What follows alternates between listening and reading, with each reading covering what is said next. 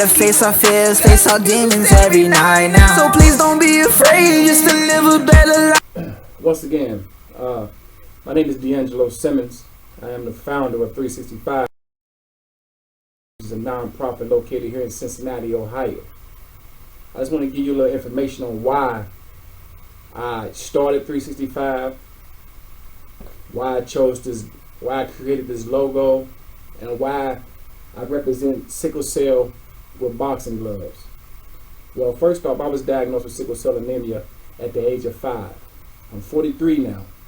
So the things that I had, the complications that I experienced in my younger years, I didn't have any help.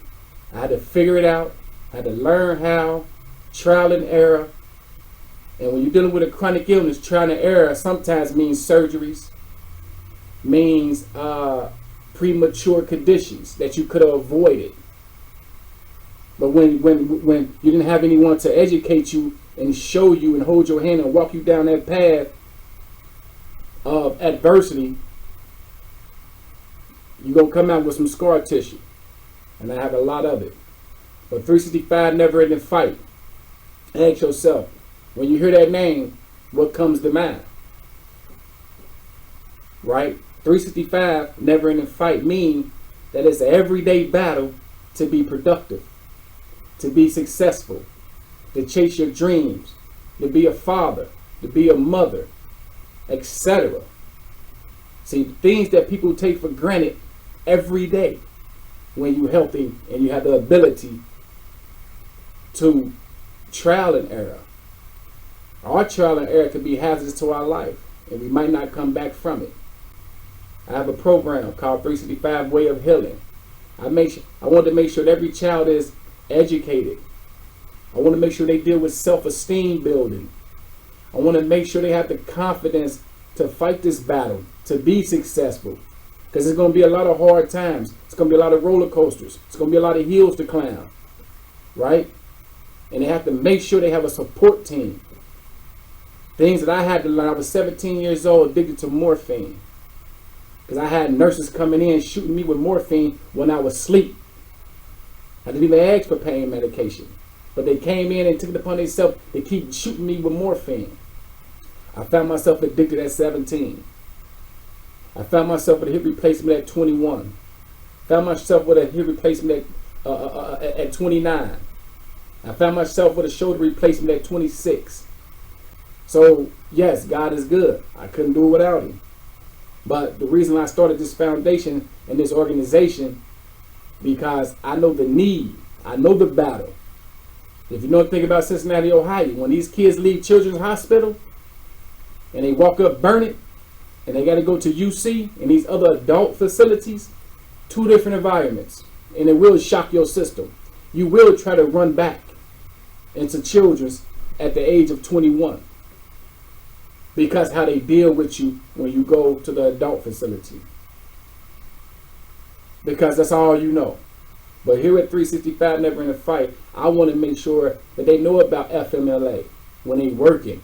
That is, things are in place to protect you when you have a job. It is the programs that's in school that protect you. But what needs to be in school is the sickle cell education. I remember back when I was young, sitting in class, they found out I had sickle cell anemia. I walked into a classroom, 6th grade. They put it on the board, sickle cell. I walk in, I see it. I felt a certain way. Then I looked at it. They don't know it's me. Let me sit in the back. Long story short, teacher said, well, D'Angelo knows something about it, and she pointed me out. And that was the hardest year that I had because kids are cruel.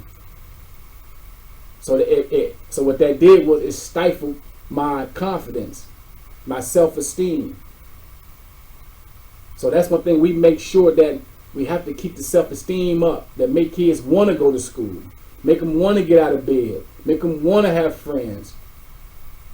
Because your childhood struggle gonna manifest in your adult world if it ain't battled and attacked early. And that's what we do. We got to make sure it's attacked early. When these kids taking narcotics and your medicine cabinet look like you're 60, but you're 15, and you taking Oxycontin, Percocet, methadone, morphine, fentanyl, etc. Kids, this is what you have to do to fight an illness, a painful illness. How else can you treat pain? You can't take a Tylenol extra strength, not sickle cell pain. And these are the drugs that kids are taking at a young age. But yet, they don't have a drug coach, a life coach, a therapist, a good support system. A good support system. You see what I'm saying? They don't have that. You can't give a 15-year-old a script of Percocet until you take it with no follow-up. These are people when you got a 10-year-old taking morphine with no follow-up. And I'm not talking a follow-up in the clinic. I'm talking about a separate entity. A life coach, drug coach, let him know to remind that young man or that young woman why you taking that narcotic. You have to know why you taking that narcotic. And even then, you might not defeat the, I almost said dopamine, but let's keep it a buck. You might not defeat that dopamine energy, that addictive nature, because you don't know what's in your gene pool. You see what I'm saying? So these are the things that sickle cell patients need. They need to be in these schools. They need to know every child is not bad. They need to know the side effects from the narcotics. How is dysphoria, urination, dry mouth, always thirsty, mood swinging, aggression. This is why sickle cell patients have poor relationship, have poor school relationship. This is why they need to know that. This is why the black community need to know what sickle cell is. It's amazing that's in my own family, in my own circle.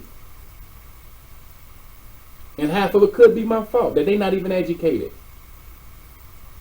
If you hear anything about sickle cell, the first thing you're going to hear about sickle cell, somebody going to say is, I know somebody with sickle cell. They died. Spare me what I know. Because everybody got a day and time, but spare me that. What more do you know? Do you know that some sickle cell patients get blood transfusion on the regular just to get out of bed, just to go to work, just to be a parent, a mother, a father? Do you know that? Do you know that sickle cell patients have crises that can affect their brain, their learning ability, their cognitive ability, their comprehend ability? So while you thinking and while you frustrated, why you ain't getting it? Teachers, whoever, why you ain't understanding? It might take them a little longer.